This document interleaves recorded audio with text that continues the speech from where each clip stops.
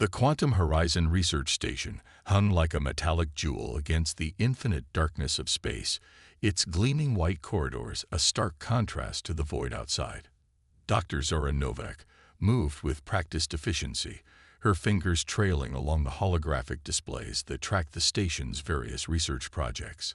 At 35, she was considered one of the most promising xenobiologists in the United Earth Exploration Corps, known for her ability to remain calm in the most extraordinary circumstances.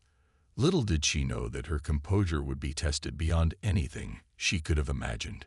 The alarm shattered the station's routine silence. Red warning lights pulsed, and emergency protocols activated with a mechanical precision that sent a chill down Zora's spine. Something was terribly wrong. Unidentified vessel approaching. The station's AI announced, its synthesized voice devoid of emotion. Critical damage detected. Life support failing. Dr. Imogen Walsh burst into the observation deck, her typically composed demeanor fractured by visible concern. "We've got an incoming distress signal," she said, her fingers dancing across the communication panel. "It's not like anything we've seen before." The view screen flickered to life, revealing a ship unlike any Zora had encountered in her years of xenobiological research. Its hull was organic, almost translucent, with pulsing veins of bioluminescent material that seemed to breathe with an internal rhythm. Massive tiers ran along its surface, venting atmosphere and revealing glimpses of an interior that defied conventional understanding. "Prepare medical containment," Zora commanded, her voice steady despite the unprecedented nature of the situation. "Whatever survivors are on that ship, they'll need immediate intervention." The rescue operation was nothing short of extraordinary. As the damaged vessel was carefully guided into the station's emergency docking bay, Zara and her team watched in a mixture of scientific fascination and growing apprehension.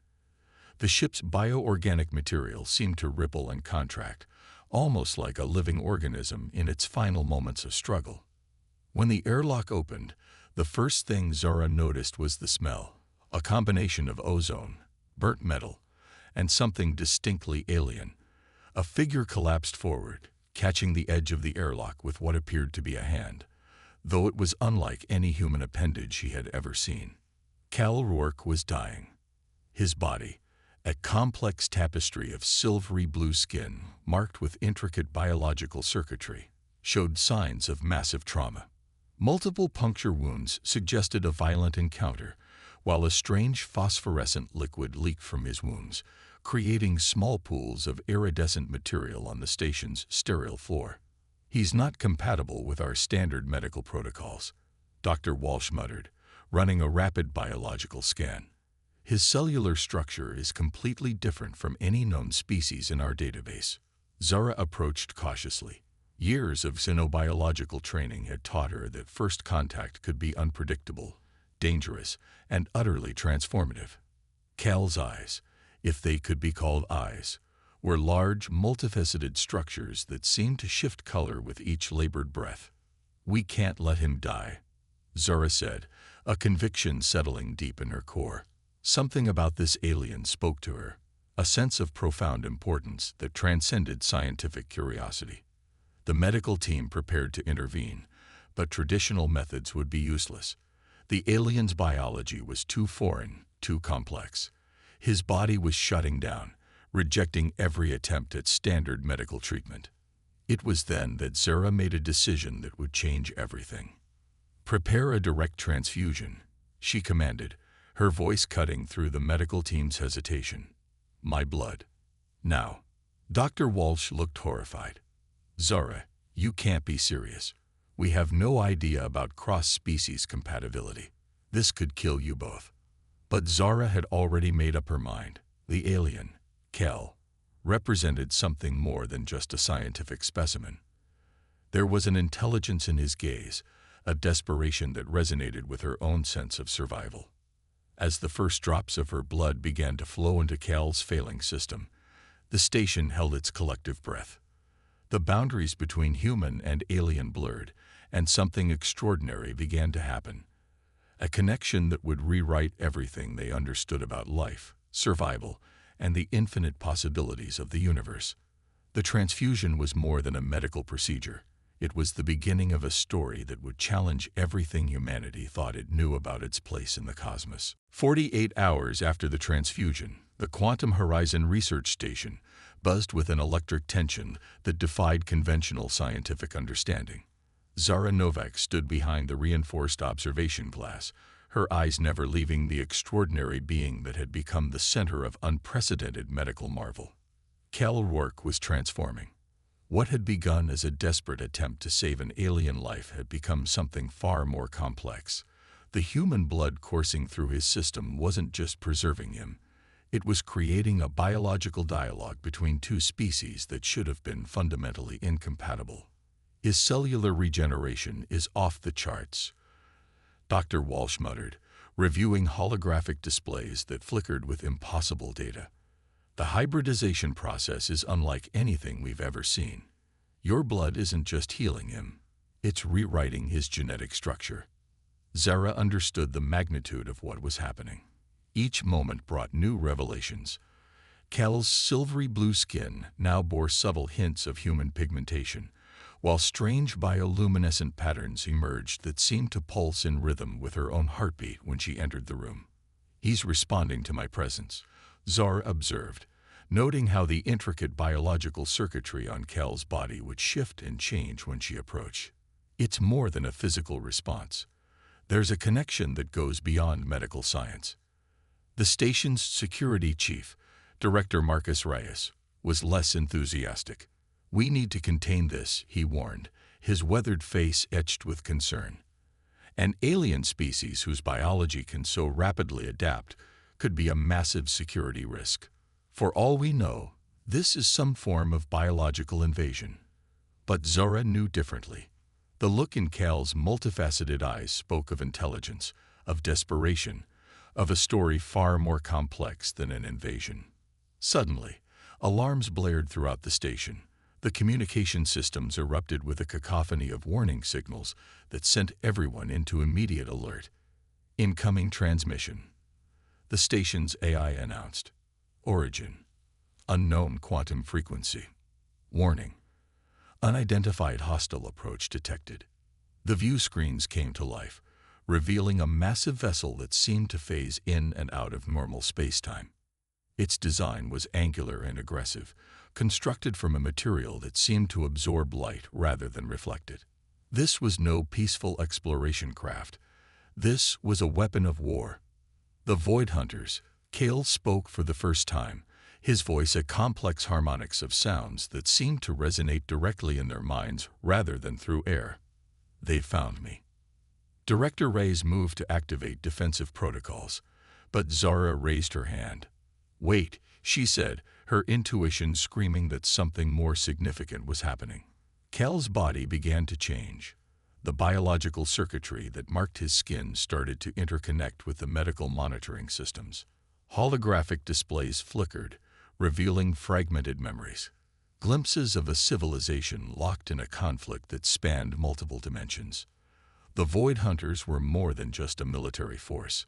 They were genetic predators, a species that survived by consuming and assimilating the biological essence of other civilizations, and Cal was their primary target. I carry information that could destroy them, Cal explained, his voice carrying the weight of millennia. A genetic key that could neutralize their ability to consume other species. That's why they've hunted me across multiple star systems. The station trembled. The Void Hunter vessel was preparing to dock, its intentions clear and ruthless.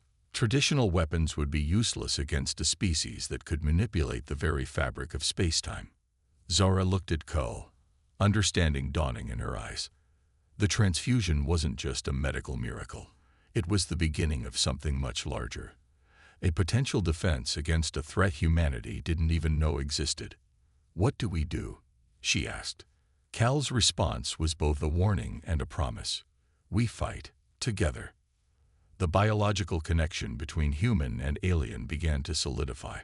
The Void Hunters were about to discover that their hunt had led them to something they could never have anticipated, a symbiosis that would challenge everything they understood about survival. The battle for the quantum horizon was about to begin, and at its center stood an impossible alliance between a human xenobiologist and an alien refugee, their fates now inexorably intertwined. The quantum shields of the Quantum Horizon Research Station vibrated with an intensity that threatened to tear the entire structure apart.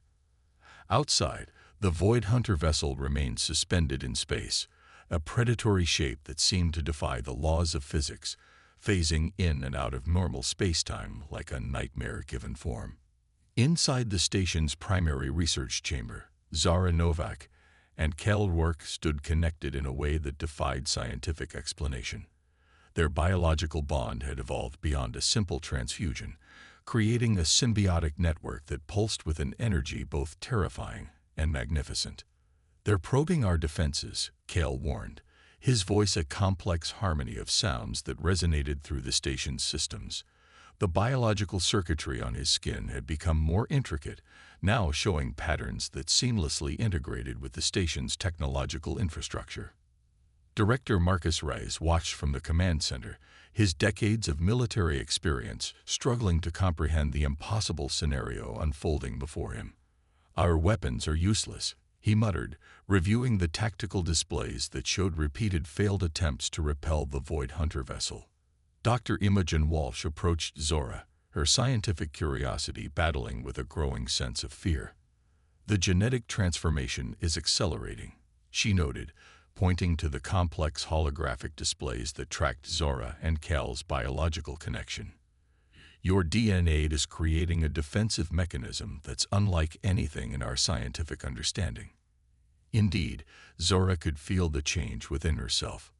Her blood, now partially transformed by the alien biology, had become something more than human.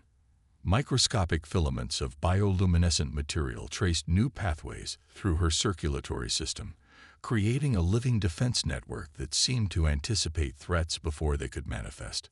The Void Hunters made their move. A breach formed in the station's outer hull, not through conventional means, but through a quantum manipulation that seemed to simply will matter out of existence. Shadowy figures began to materialize, their forms constantly shifting, defying any attempt at precise observation. "They consume genetic information," Kale explained quickly. "Each form is an amalgamation of species they've encountered. They don't just kill, they absorb and repurpose."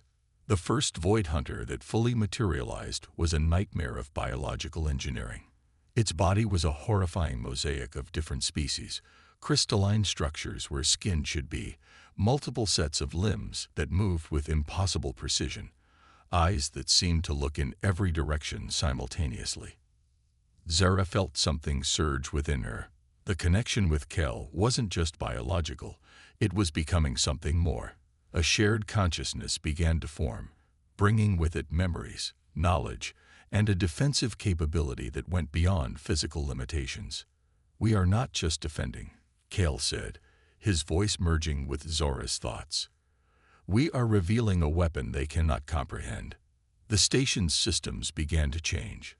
Technological interfaces transformed, integrating with the biological network that now connected Zora and Kel. Walls seemed to breathe, circuitry became fluid, creating a living defense that was part technology, part organism. Director Rice watched in a mixture of horror and amazement as the Void Hunters found themselves trapped. Their quantum manipulation, a technique that had conquered countless civilizations, suddenly failed. The station itself had become a living entity, a hybrid of human technology and alien biology that defied their ability to consume and assimilate. The genetic key, Zara realized, understanding flooding her consciousness. It's not just information. It's a method of resistance. Kel's response came as a shared thought. Humanity's greatest strength has always been adaptation. Your species doesn't just survive, it transforms. The battle became a dance of impossible biology. Where the Void Hunters tried to breach, the station's defenses shifted and reformed. Biological barriers crystallized, technological systems merged with living tissue, creating a hybrid defense that was simultaneously organic and mechanical. One by one, the Void Hunters found themselves trapped, their ability to consume and assimilate neutralized by a defense mechanism they could not comprehend. Director Rice watched as the impossible unfolded. "My God," he whispered, "what are we witnessing?" Dr. Walsh's scientific mind raced. "First contact," she responded, "but not as we ever imagined it." As the last of the Void Hunters were contained, Zara and Kale stood at the center of a transformed reality. Their connection had become something more than a simple transfusion. It was the beginning of a new understanding of survival, of adaptation, of the infinite possibilities that existed between different forms of life. The universe, they realized, was far stranger and more wonderful than anyone had ever imagined. The aftermath of the Void Hunter encounter transformed the Quantum Horizon Research Station into something that defied traditional scientific understanding. What had begun as a sterile research environment now pulsed with a living energy, a hybrid ecosystem that blended human technology with alien biology. Zara Novak stood at the center of this transformation, her body now a living testament to the impossible connection she shared with Cal Rourke. The medical bay had become less of a clinical space and more of an organic laboratory, with walls that seemed to breathe and monitoring systems that responded to thought as much as to physical input. The genetic integration is unprecedented. Dr. Imogen Walsh documented, her hands moving across holographic interfaces that captured every microscopic change. Your DNA has become a bridge between species, not just a mixture, but a completely new form of genetic expression. Zara could feel the changes. Her perception had expanded beyond human limitations. Colors were more vibrant, sounds carried additional layers of information, and her awareness extended beyond her physical form. The biological circuitry that had once marked only Kale's skin now traced delicate patterns across her own body, living networks of communication and defense. Director Marcus Rice approached cautiously. The military strategist in him saw both potential and threat in Zara's transformation. "We need to understand the full implications," he stated, his voice carrying the weight of institutional concern. "A genetic mutation this profound could change everything we know about human potential." Kale moved closer to Zara, their connection now so profound that they could communicate without words. Memories and experiences flowed between them, glimpses of civilizations long extinct, of cosmic conflicts that humanity had never imagined. The Void Hunters were just the beginning, Kale revealed, his multifaceted eyes shifting with complex emotions. They are scouts for a larger threat, a galactic mechanism that culls developing species before they can become a true threat. The revelation hung in the air like a dark prophecy. Zara understood now that their connection was more than a random occurrence. It was a response, a genetic defense mechanism designed to create a new form of adaptive intelligence. Suddenly, the station's systems erupted with a new threat. Quantum sensors detected multiple approach vectors, not from the Void Hunters, but from something equally unknown. Massive energy signatures began to converge, suggesting a coordinated response to their recent victory. "They're coming," Kale warned, his body beginning to generate a protective energy field that intertwined with the station's systems. "The architects of the galactic culling are aware of what we've achieved." Dr. Walsh's research revealed the true nature of their genetic transformation. The transfusion wasn't just a medical miracle. It was a key that could potentially unlock humanity's hidden genetic potential, creating a defense against species-level threats. "Your blood carried more than just cells," Walsh explained, her scientific mind racing to comprehend the implications. "It carried a genetic adaptation mechanism, a way for species to rapidly evolve in response to existential threats." The station began to change. Technological systems merged more completely with the biological network, creating a living defense that was simultaneously organic and mechanical.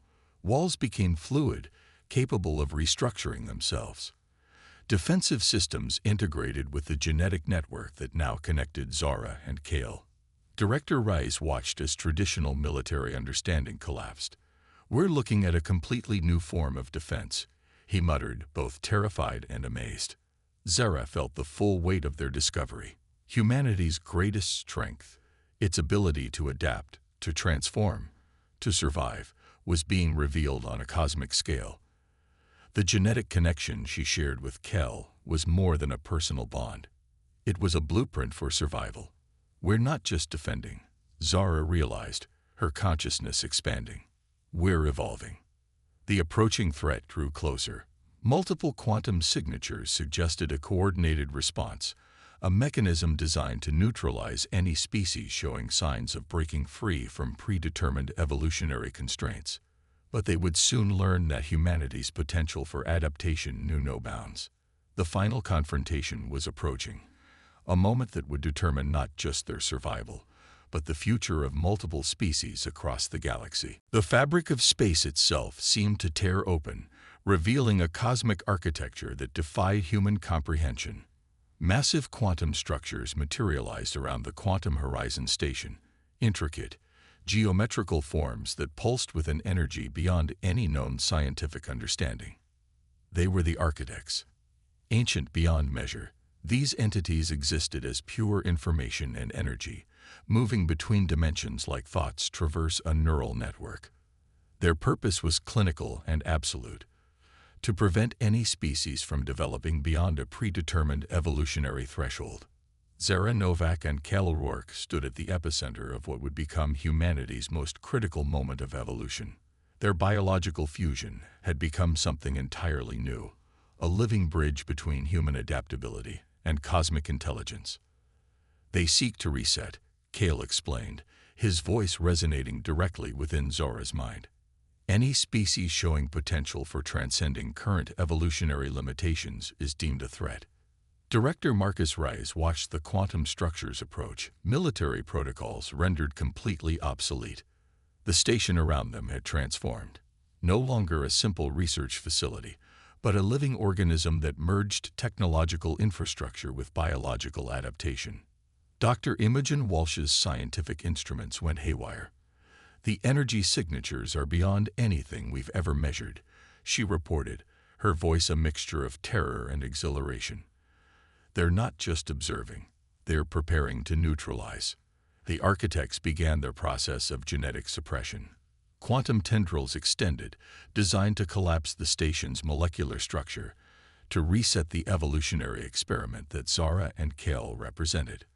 But humanity's greatest strength had always been its capacity to adapt. Zara felt the genetic key that had been dormant within human DNA surge to life.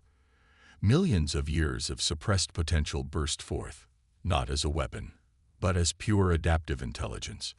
The biological circuitry that traced her skin began to interact with the quantum structures, creating a dialogue instead of a conflict.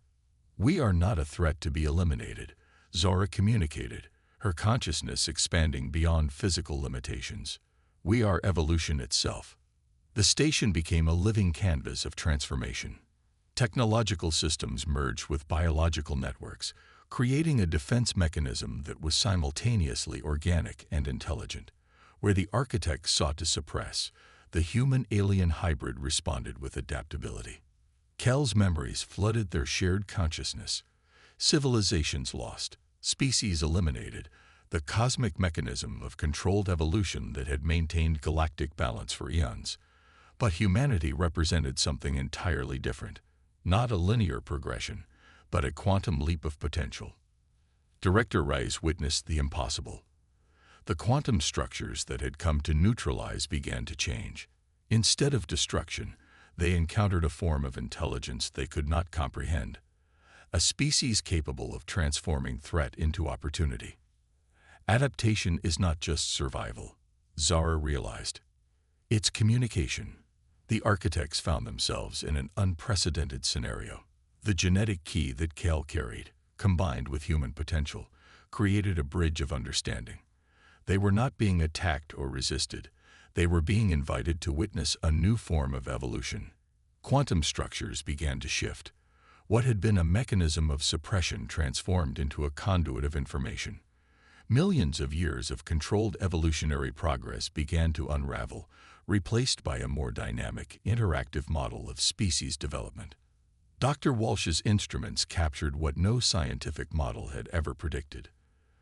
The station wasn't just surviving, it was communicating, translating the language of cosmic control into a dialogue of potential. As the final quantum structures dissolved, a new understanding emerged. Humanity was not just another species to be controlled. They were architects of their own evolutionary path, capable of transforming limitations into opportunities. Zara and Kale stood at the center of this transformation. Their connection was more than a personal bond. It was a blueprint for a new way of existing, a bridge between individual potential and cosmic intelligence. The universe watched, and for the first time in eons, it listened. Humanity's true journey was just beginning.